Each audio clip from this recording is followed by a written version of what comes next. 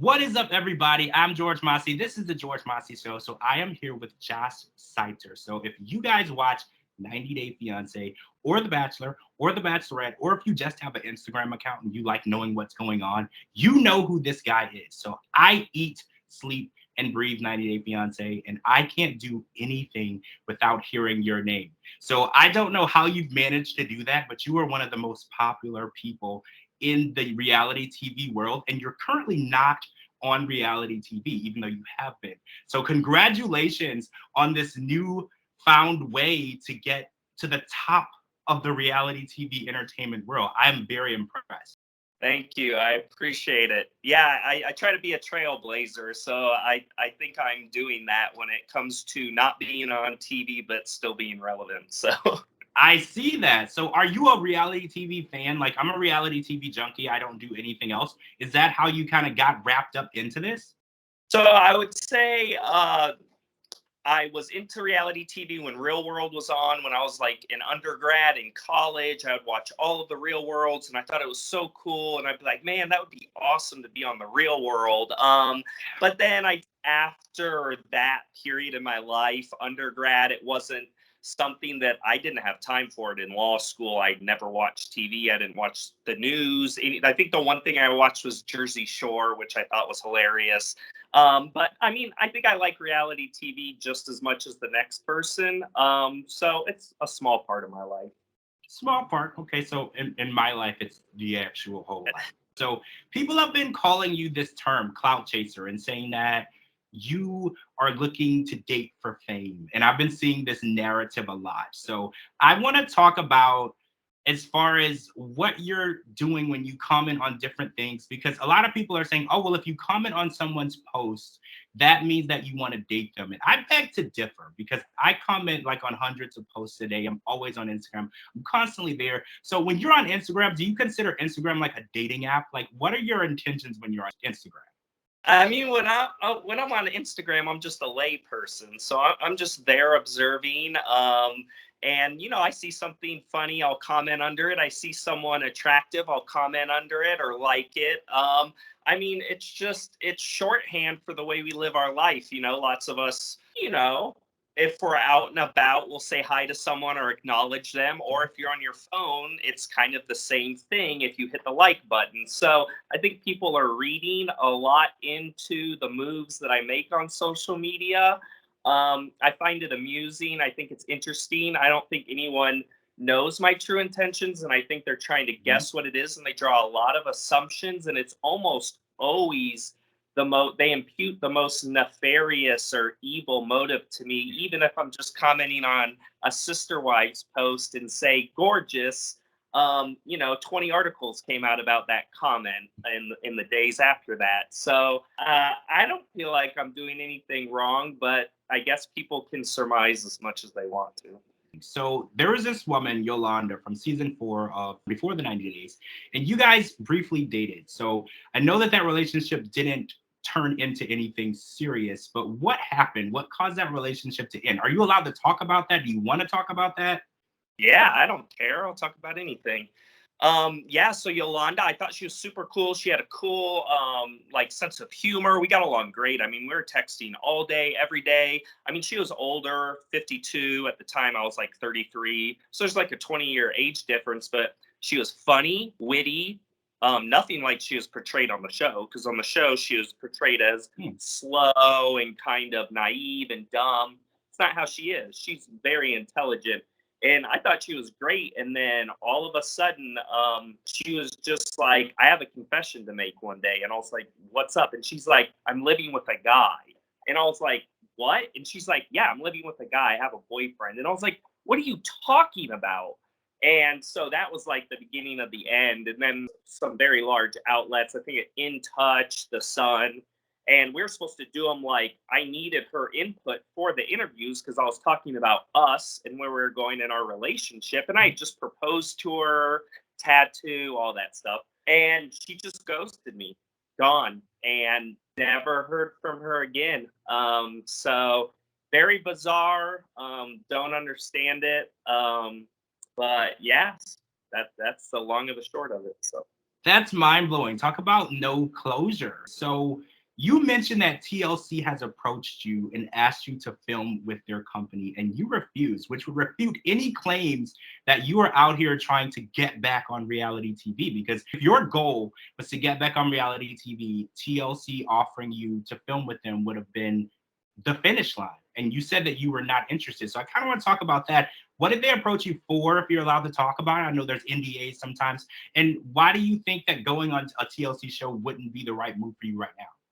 Yeah, so I can certainly talk about it. They approached me in the past, and I never said I denied it or didn't talk to them or anything like that. Even though articles have now come out just in the last 24 hours saying Josh refused to film and all, I never said that. All I posted on my story was people claim that I want to be on 90 Days so bad. The funny thing is, I've never reached out to the franchise, but they have reached out to me, and that is 100% true. They did, and they actually interviewed me, and we chatted, and that's basically the end of that. And I haven't really thought about it since, but I've never reached out to them. I've never emailed them, called them, asked to be on the show. I don't want to be on the show. So, I think it's funny that 90% of the comments are, oh my gosh, Josh Seiter wants to be on this show so bad. And it's like, in my head, I'm thinking, if you only knew the truth, like, I don't care about the show. So. So I heard that there is an interview that you did with the Chicago Tribune where you told them that you did The Bachelorette for exposure because you thought like finding a wife from a TV show is kind of ludicrous. And I'm actually 100% in agreement with you. I know some people who did the Bachelor show, and it's not actually people on that show trying to fall in love. That is the first thing that I learned talking to people who've actually filmed the show. It's like a game almost, and it's like a who's who, and people are kind of there to gain exposure. So, what type of exposure did you want to gain? Did you just want to put your name out there and make a name for yourself in the reality and the social media world? Or did you just want to branch out and meet new people and do something different? Because a lot of times I ask people why they did these reality shows and I get such different answers. It's always something different that people are trying to achieve. Yeah, so for me at the time, just to kind of give it context, I was a 26-year-old kid. I was a, male stripper in Chicago, headlining a male review in downtown Chicago.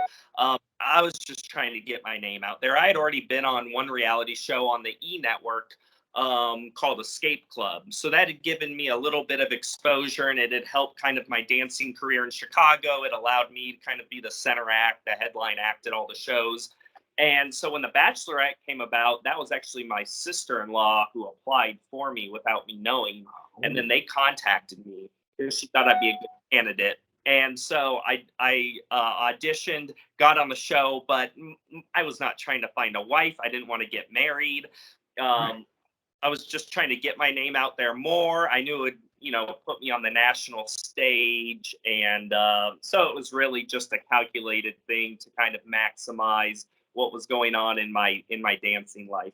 See, I think a lot of people make that move when it comes to reality TV. Sometimes you're maximizing your opportunities, putting yourself out there and creating more opportunities for yourself. And if you look at people on there, they're mostly all models, musicians, people with, unconventional jobs that will benefit from them being on TV, which is not a coincidence.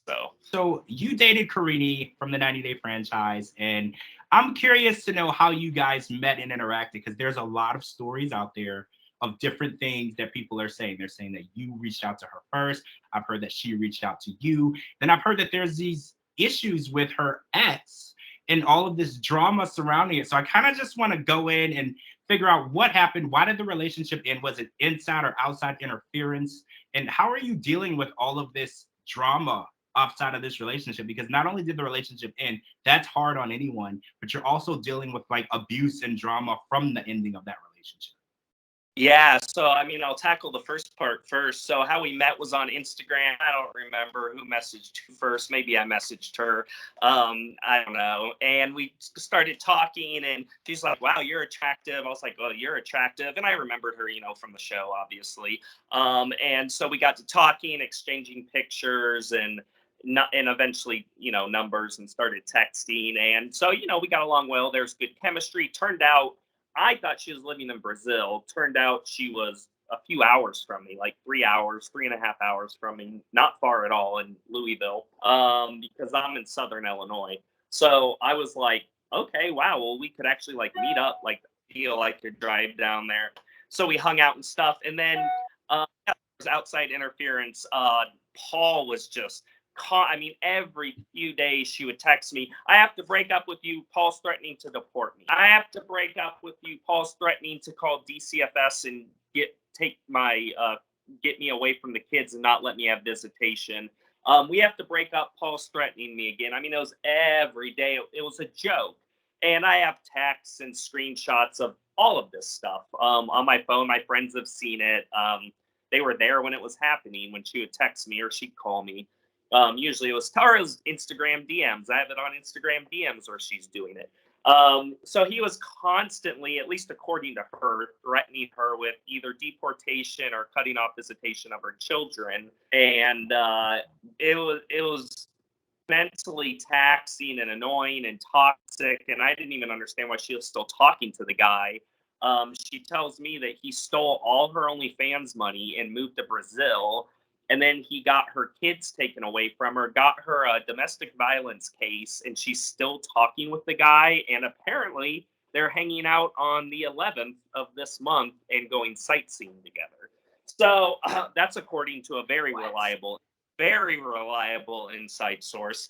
So the whole thing was ridiculous. So how we broke up, to answer the second part of your question, is I liked my ex Lizzie Combs's Lizzie from WeTV. I liked one of her posts. I didn't even comment on it. It was like her and her daughter or some nice post about sobriety. I don't know. And I clicked like, and Karini, I don't know how you can see someone's activity on Instagram, but she must have seen that I liked Lizzie's post, and she flew off the handle and was like, go be with her then. You don't like me. You don't care about me. Go F her. This. And I was just like, dude, you are out of control. I was like, I can't do this anymore. And so we called it quits. So basically, she saw that you liked a post. It wasn't a comment. It wasn't like screenshots of any relationship. All you did was like a post of an ex, and that's what ended this relationship. Because my next question was going to be, if Paul wasn't involved, do you think that this relationship could have flourished? But I don't think so, based on what I've heard. Nah, she's toxic. Her whole attitude, it's very, to me, infantile and immature. I'm 35 years old. I chalk most of it up to age. I'm 35. I'm pretty chill, pretty relaxed. Nothing really phases me that much. I have pretty thick skin, and for her, she's 26 years old. The things she would get mad about or focus on were just things I wouldn't even enter my mind. I don't even care whose post she likes. She was talking to a guy when we were together. I posted the screenshots. It was in a bunch of tabloids, but she was talking to a guy named Jason saying, I love you. I'm going to leave Josh and be with you. And that was when we were together. So I confronted her with that and said, you're upset that I liked Lizzie's post, but you are having whole conversations with other dudes saying you love them, and that's okay. So it was just a total double standard, total hypocrite, and it was just childish behavior. And I'm glad that I'm done with that. For all of Yolanda's faults, at least Yolanda didn't act like a 12-year-old. So that is insane. All right, guys, so we've run out of time. We are just getting started. We're going to come back with part 2. We have so much more to uncover with Josh Seiter. I'm George Mossey. This is the George Mossey Show. Make sure you are following me on all social media at George Mossey, at georgemossey.com, and anywhere you get your podcast. I'll talk to all of you really soon.